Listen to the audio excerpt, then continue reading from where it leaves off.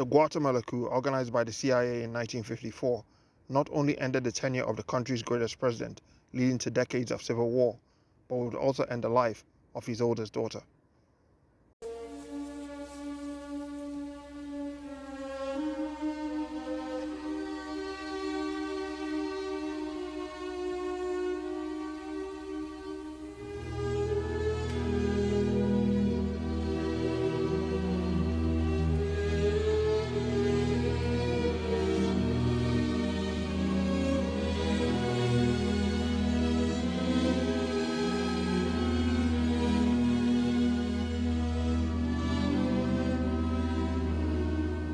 On January 3, 2026, the world was shocked to learn of the pre-dawn military strike by the United States military on Venezuela and the abduction of its president, Nicolas Maduro, and First Lady Celia Flores to face accusations of drug trafficking in the United States.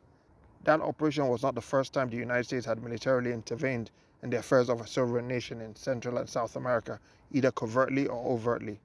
The last 70 years are strewn with examples in Chile, Panama, Grenada, and Cuba.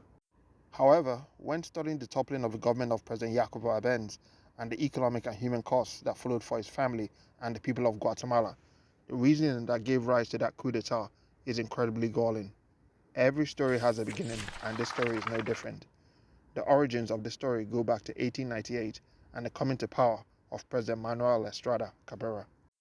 The United Fruit Company was an American multinational corporation formed via merger in 1899, which had gained huge access to land in Costa Rica through the failure of the government of President Fernandez Oreamuno to honor its financial obligations for the building of the railroad connecting the capital, San Jose, to the Caribbean port of Limon.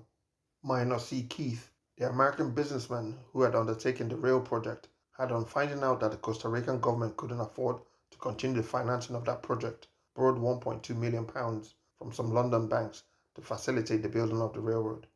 In 1884, to compensate Minor C. Keith for renegotiating the Costa Rican debt and continue the difficult project, the government of President Oreamuno authorized the transfer of 800 acres of tax-free land along the railroad to Keith, along with a 99-year lease on the operation of the railroad route.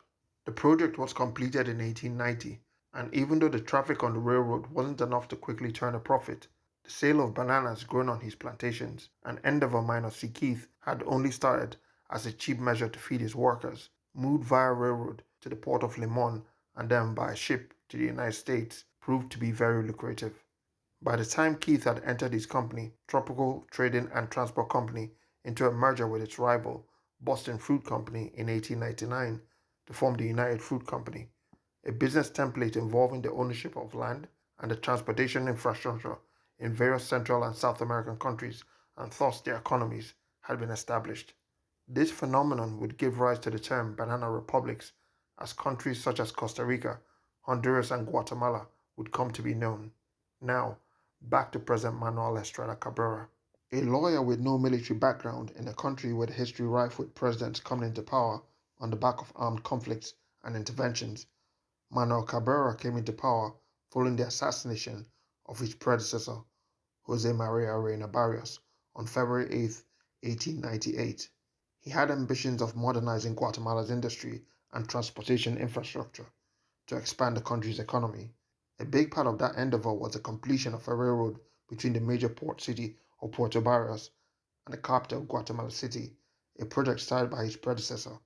However, due to the collapsing coffee industry in the country, it fell 60 miles short of completion. Without the consultation of the legislature or judiciary, Cabrera decided that the only way to complete the railroad project was to strike a deal with the United Fruit Company.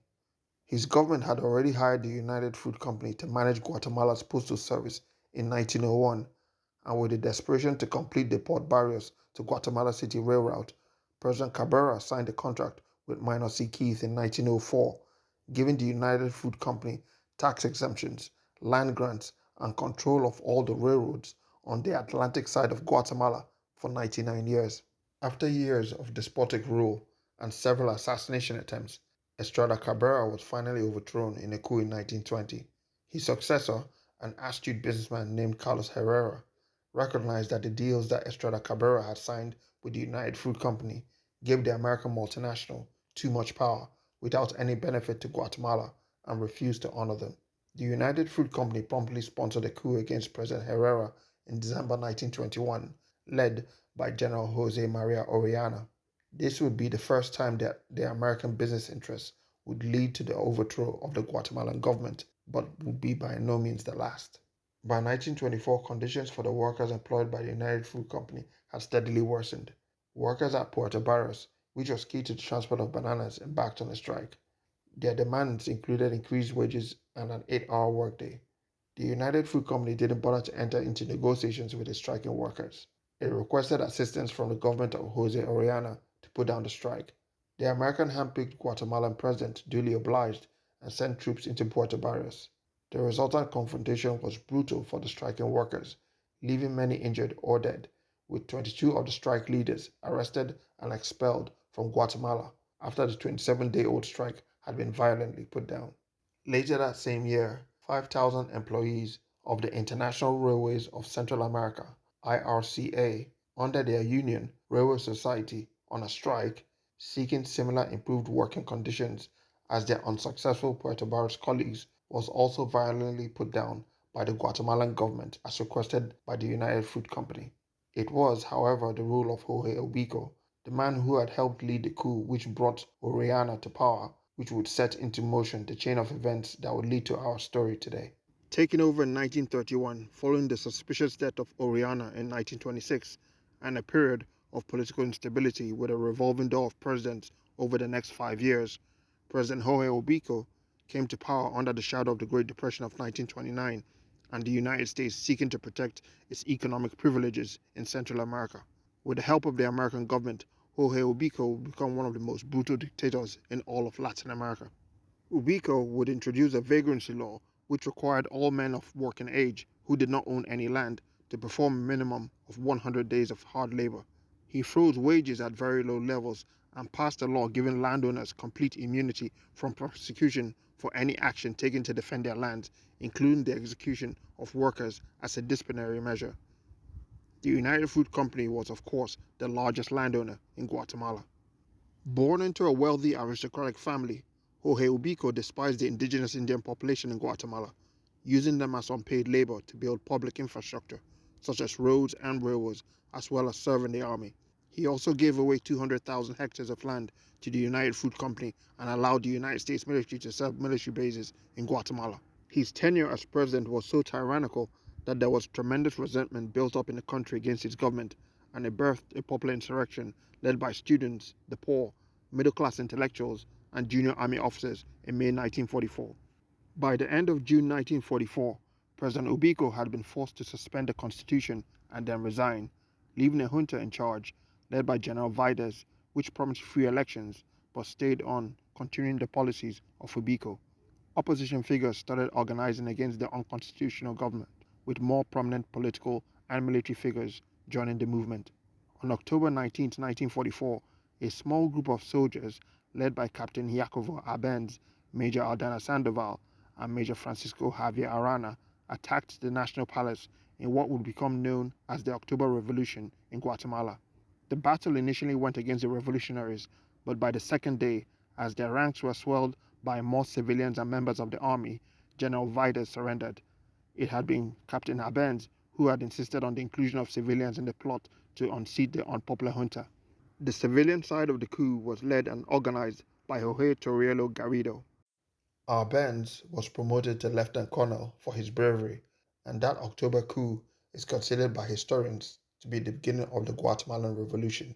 Elections were held in December 1944, producing the first ever elected president in Guatemalan history, Juan Jose Arevalo. In a historical footnote, his son, Bernardo Arevalo, would be elected president of Guatemala in 2024. Francisco Arana tried to thwart the transition to power of President Juan Arevalo, but Arbenz and Garrido insisted on the rightful ascension to power of Arevalo, ceding the position of commander of the armed forces to Arana. That early fissure amongst the men who led the revolution would unfortunately be a harbinger of things to come. Jacobo Arbenz would accept the position of defense minister. President Arevalo would bring reform to Guatemala, such as voting rights for educated women and a decentralization of power, labor reform, and educational funding, but most of his reforms did not extend to the poorest parts of Guatemalan society. In December 1945, Arevalo was temporarily incapacitated following a car accident. Members of the ruling Revolutionary Action Party, afraid that Francisco Arana would seek to launch a coup to take power, reached a deal with Arana, promising to back him in the 1950 presidential elections, and President Arevalo was forced to honor that agreement when he recovered. The landed elite also supported this arrangement as they were not in favor of the labor reforms of the current government. However, once it became known that Arana was against labor rights, a significant section of the Revolutionary Action Party became hostile to Arana and instead pushed for and backed the candidacy of Jacobo Arbenz, believing that only a military officer could defeat Arana. The summer of 1949 saw intense political conflict in the Guatemalan Military Council between the supporters of Arbenz and Arana, and on July 16, 1949, Arana delivered an ultimatum to President Arevalo to dismiss the supporters of Arbenz from the presidential cabinet and military or be disposed in a coup. President Arevalo, Jacobo Arbenz, and the liberal members of the Revolutionary Party decided that Francisco Arana would have to be exiled. On July 18th, on the way back from a meeting with President Arevalo, Arana was ambushed by a small force of men led by Arbenz and killed. His men tried a coup attempt but were unsuccessful as they had lost their figurehead. President Arevalo told the nation that Arana had been heroically killed for refusing to lead a coup against the government, and for years that remained the official description of the events of that day. About a year and a half later, on November 15, 1950, Jacobo Arbenz won the presidential election with over 60% of the vote, largely on the back of his promise of land reform. In addition to having widespread political support, he was said to have great personal appeal with engaging charm and a vibrant voice. His wife Maria, born from an aristocratic family background, also campaigned with him. Despite being born into wealth, Maria Cristina Villanova de Arbenz took it upon herself to speak up for the interests of the indigenous Mayan poor and became a popular national figure in her own right. Jacobo Arbenz also campaigned with his two very young daughters, Arabella and Leonora. Jacobo Arbenz was sworn in as president on March 15, 1951, promising in his inaugural address to transform Guatemala from a backward country with a feudal economy to a modern capitalist state. He also declared his intention to reduce dependency on foreign markets and dampen the influence of foreign corporations over Guatemalan politics, all while modernizing Guatemala's infrastructure without the aid of foreign capital. And right there, from the moment of the inauguration of President Jacobo Arbenz, and based on the modus operandi of the United States government in Guatemala over the previous 70 years, you knew that the Arbenz government was going to have problems with the American government, and especially with the United Fruit Company. The Americans had been strong supporters of Francisco Arana, counting on him assuming the presidency of Guatemala, knowing that the conservative Arana would protect their interests. Following on from the events of 1949, they were struck with a man whose guiding light politically followed only the best interests of the Guatemalan people. Before Arbenz was elected as president, only 2% of the Guatemalan population owned about 70% of all the land. Reaching out to the Mayan people by sending out government officials to meet the long-suffering indigenous people of Guatemala, he told them, if the independence and the prosperity of our people are incompatible, which I am sure they are not, then I am certain that a large majority of Guatemalans would prefer to be a poor nation but free, and not a rich nation but enslaved. The key piece of Jacobo Arbenz' dream project for the modernization of Guatemala was his agrarian reform bill, Decree 900. He largely wrote this bill himself with the help of his advisors, seeking advice from economic advisors across Latin America. It transferred uncultivated land from large landowners to poverty-stricken laborers who would then be able to start farms of their own. The bill was passed by the National Assembly on June 17, 1952, and went into effect immediately. The bill's stipulations were only triggered if the land size in question was larger than 673 acres. The affected landowners were then compensated with the value of their land paid for in government bonds to match the value the affected landowners had declared in their 1952 tax returns.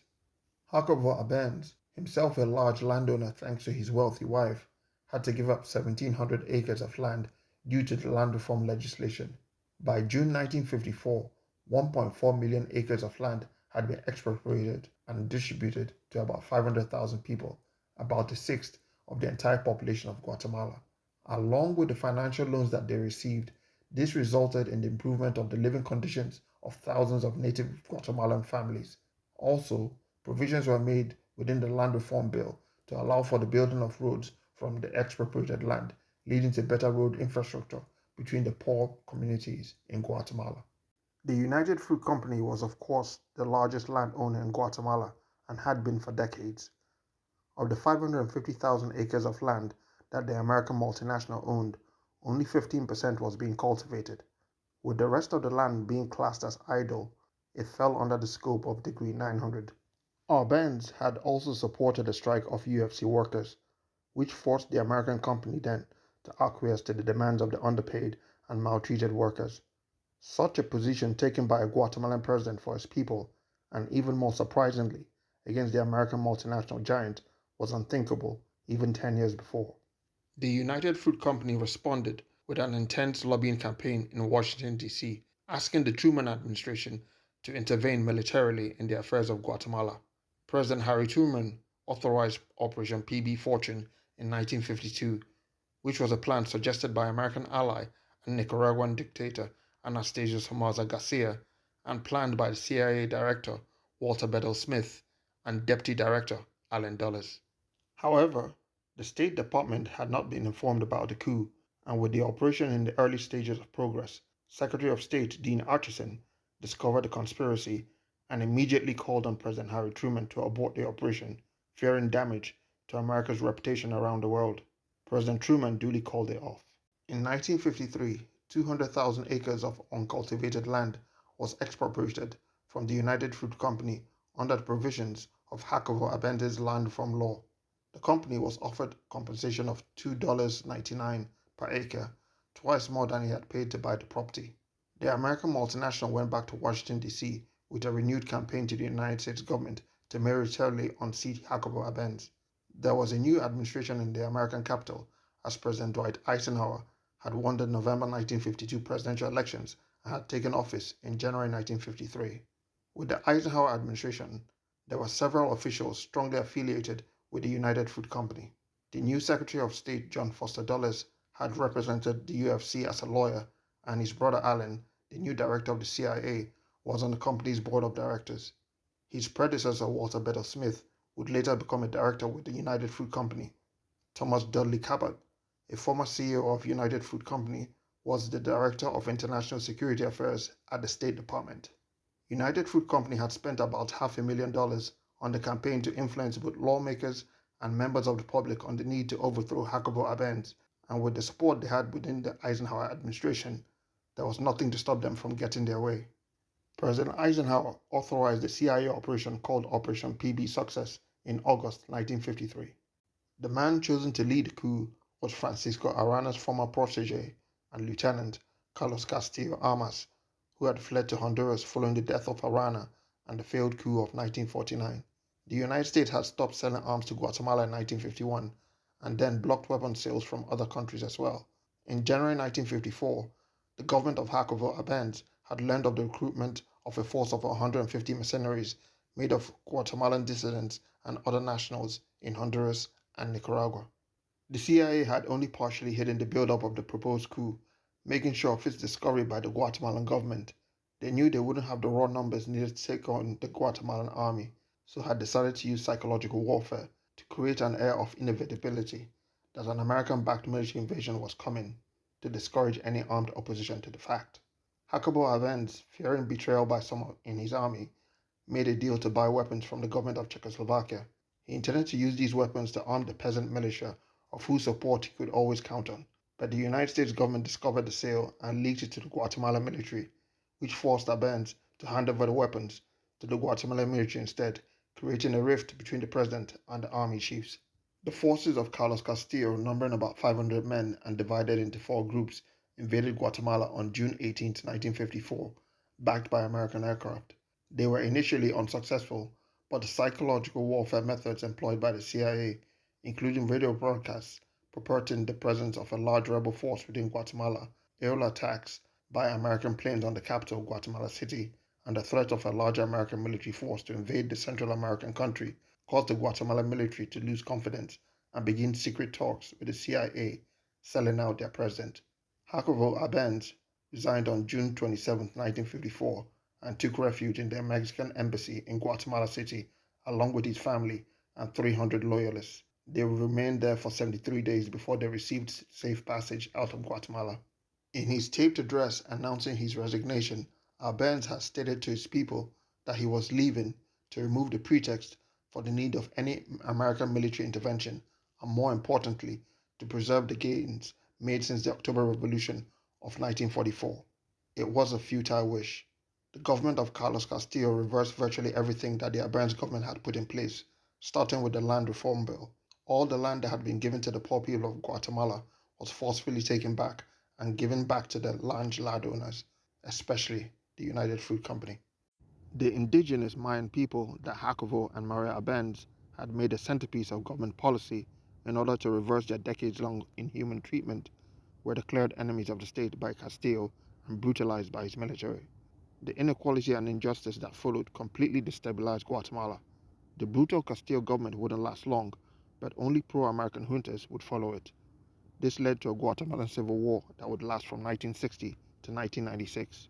As for the Arbenz family, after they were allowed to leave Guatemala, they traveled to Mexico and then Canada to pick up a 14-year-old Arabella from the boarding school she attended. The Arbenz family then boarded a flight to Switzerland, where Jacobo had a claim to Swiss citizenship through his family heritage, but they requested he renounce his Guatemalan citizenship first. Jacobo Arbenz found that condition unacceptable. Jacobo Arbenz and the family then moved to Czechoslovakia, the country he had made a deal with to buy arms in the final months of his government to stave off the incoming military coup.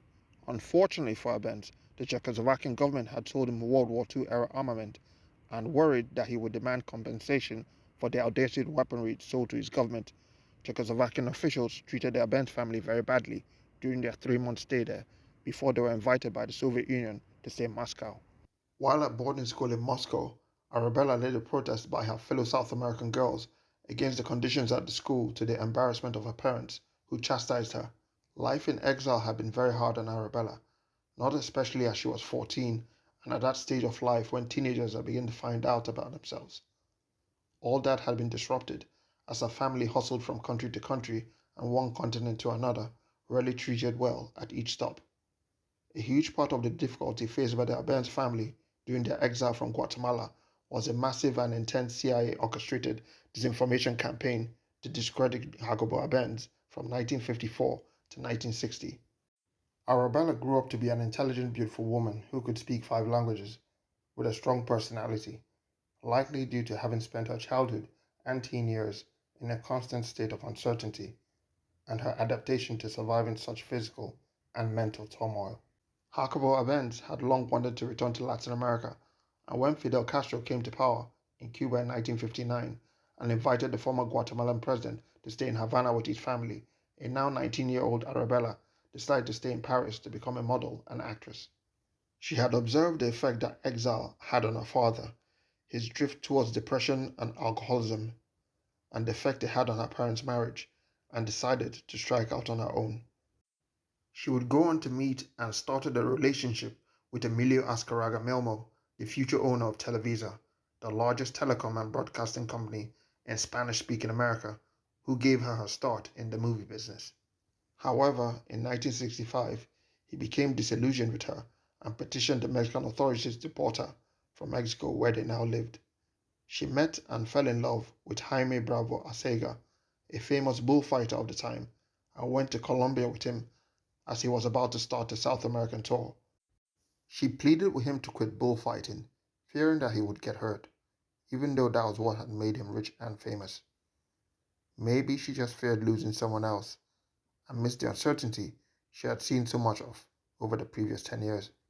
Jaime was gored by a bull during an event shortly after and had gone off to a gentleman's club in Bogota in a foul mood. Arabella called the club to speak to her wounded matador, but the drunk Jaime ignored her. Maybe it was the thought of losing someone else she had loved to unfortunate circumstances and alcoholism, Or maybe it was a thought of not knowing where she would live from week to week, just as had happened with her family for years. She had only been able to live in Colombia because of Jaime. Whatever the reason had been, she made her way to the club and took her own life. Arabella would be buried in Mexico City with her family in attendance. She was only 25 years old. Fathers and first daughters have always had a special bond. Jacobo Arbenz never recovered from the death of Arabella, falling even deeper into alcoholism. He will be dead in 5 years. Maria Arbenz Villanova would almost live to see her 100th birthday, dying in 2011, but not before burying her only remaining daughter, Leonora, in 2004. Only Jacobo Arbenz Villanova, the last born and only son, is all that remains of Guatemala's former first family. He will turn 80 in November 2026. The Arbenz family did not return to Guatemala until 1995, when Jacobo Arbenz's remains were repatriated from El Salvador and reburied in Guatemala City with full military honors. The Arbenz family had been in exile for 41 years. Such a steep price for a family to pay for wanting their country to be free. Innocent lives sacrificed for the price of cheap fruit and the unlawful, arrogant demand to pay even less for it.